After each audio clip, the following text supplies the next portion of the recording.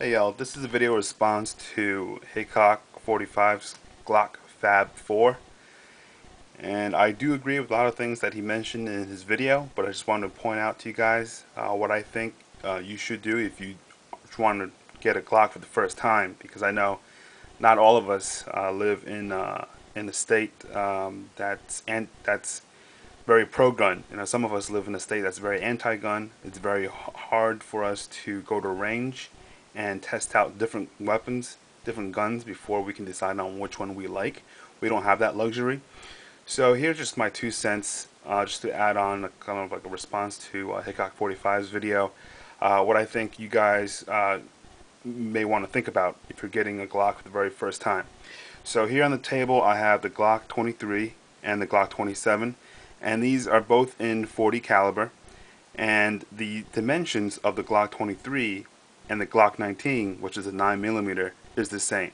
The dimensions of the Glock 27, which is the 40 caliber, against the Glock 26, which is the 9mm version, is the same. So the dimensions are all the same. The only thing that's different about these guns compared to their 9mm variants is the fact that they shoot 40 Smith & Wesson. That's pretty much it.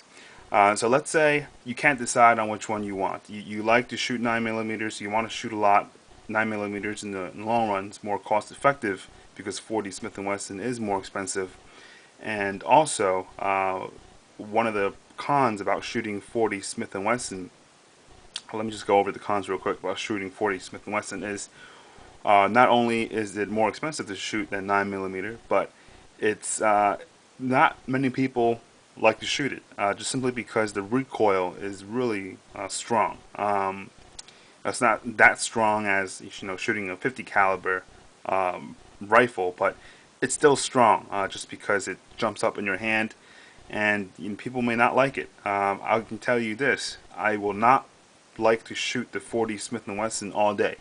You shoot it after a while, your hands start getting, you know, buzzed, you tingle, you get bruised. So it's not a pleasant gun to shoot all day long.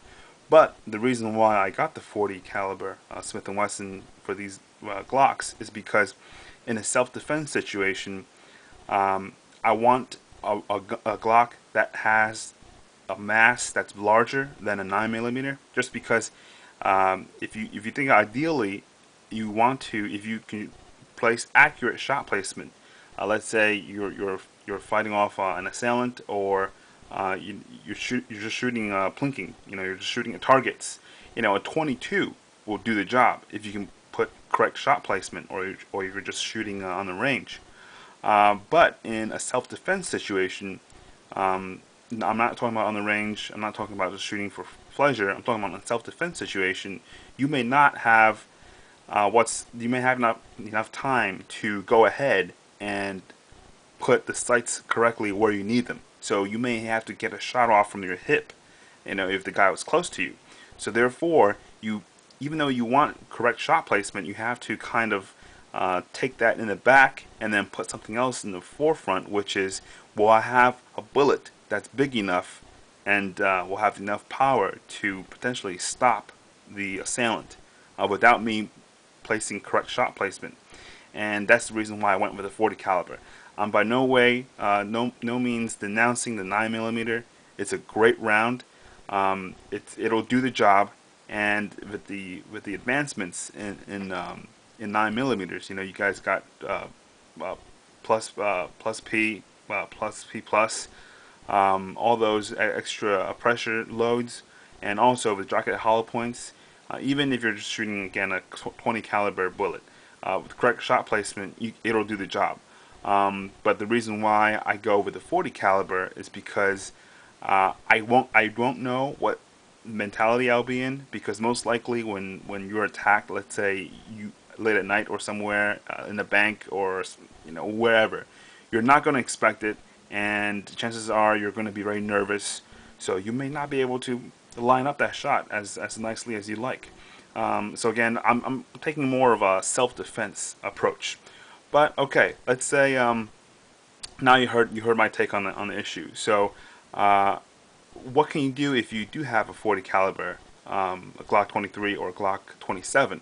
and you do want to shoot 9mm, well, that's not a problem. All you gotta do is buy one of these. It's a conversion barrel. Lone Wolf sells them.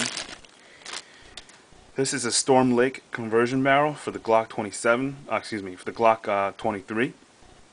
It's for 9mm, and I got this over the Lone Wolf because they're both great manufacturers, but I just didn't like the Lone Wolf with the coyote or the wolf head, whatever the animal is on the top. I just didn't like that design. So I'm gonna go ahead and install the conversion barrel. Alright, so the gun is unloaded. So all you gotta do, it's pretty quick. You're just gonna take the barrel, take this out of the way. Take the barrel out of the Glock 23. Right there. Take that out. Put the conversion barrel in.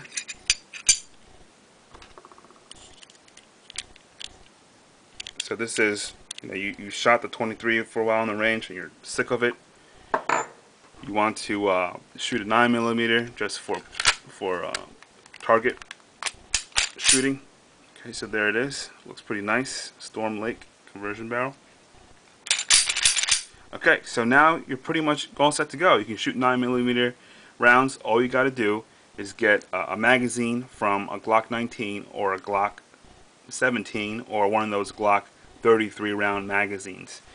If you can't use a magazine from a smaller Glock like the Glock 26, just because the magazine, it doesn't extend far enough, so you have to use a magazine. Excuse me. You have to use a magazine that's a little bit larger, like the Glock 19 or the Glock 23. So you should use a magazine from a 9mm Glock for accurate feeds. I've tried to put 9mm in the Glock 23 magazine, and what happens is on the last round it gets stuck, it jams. So for reliability issues, for better feeds, I suggest you use the Glock 19 or the Glock 17 magazines on your Glock 23 when you do want to shoot the 9mm conversion. Same thing goes for the Glock 27. The same barrel can be put in here. The only difference is that it'll stick out a little bit more because it's for a longer pistol from the Glock 23. You can pretty much buy one 9mm conversion barrel and use them for both guns. So that's my take on the issue. I think when you buy a 40 caliber Glock, you just have more versatility. You can also swap the 357 SIG barrel in there as well. And if you buy a 9mm Glock, you're just going to limit yourself to one caliber. So why not have the best of, three worlds and just buy a 40 caliber Glock, and then you can swap out the barrels whenever you see fit, and you get to have pretty much the best of everything. So that's my take on it. Thanks for watching.